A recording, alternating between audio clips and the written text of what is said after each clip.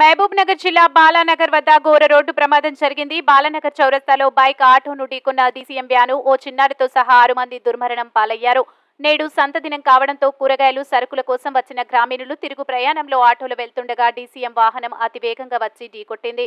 ఇందులో చిన్నారితో సహా 6 మంది అక్కడికక్కడే దుర్మరణం పాలవగా బైక్పై వెళ్తున్న మరొకరికి తీవ్ర గాయాలై ప్రాణాపాయ స్థితిలో ఉన్నట్టు స్థానికులు తెలిపారు.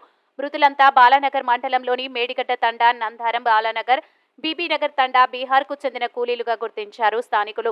విషయం తెలుసుకున్న పోలీసులు సంఘటన స్థలానికి చేరుకుని మృతదేహాలను ఆసుపత్రికి తరలించగా మృతుల గ్రామాల ప్రజలు పెద్ద ఎత్తున అక్కడికి తరలి రావడంతో భారీ ఎత్తున ట్రాఫిక్ స్తంభించింది.